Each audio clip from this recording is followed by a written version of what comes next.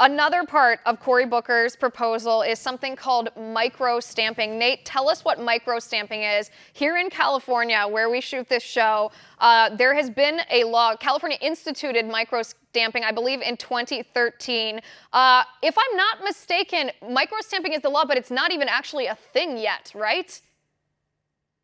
It's kind of like fingerprint was before fingerprinting became a thing. And the idea is they want it to be fingerprinting for guns.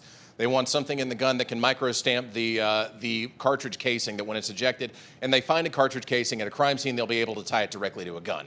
All right. This only works if you have nationwide firearms registration, which is, of course, included in this plan.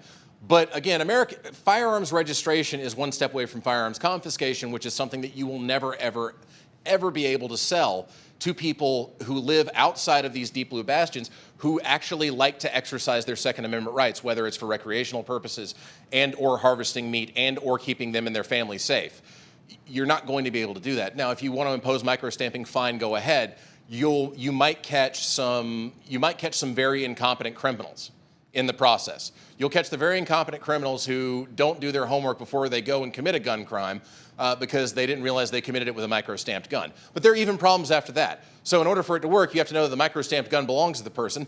Somewhere around 80% of violent crimes are committed with illegally obtained hardware. You don't buy those retail. So there's no way to know that if somebody is holding a gun that they got illegally off the black market anyway, and it has a micro-stamping mechanism, and you find a micro-stamp, there's no way to know which criminal it belongs to if they didn't actually go out and comply with the law to register the gun to themselves in the first place. So yeah, you'll hang up some very, very incompetent criminals with micro-stamping, and you also put a premium on used guns that don't have micro-stamping technology, whether that's at gun shows or at secondary sales as used guns, or if it's on the black market, which is where most criminals tend to get their guns.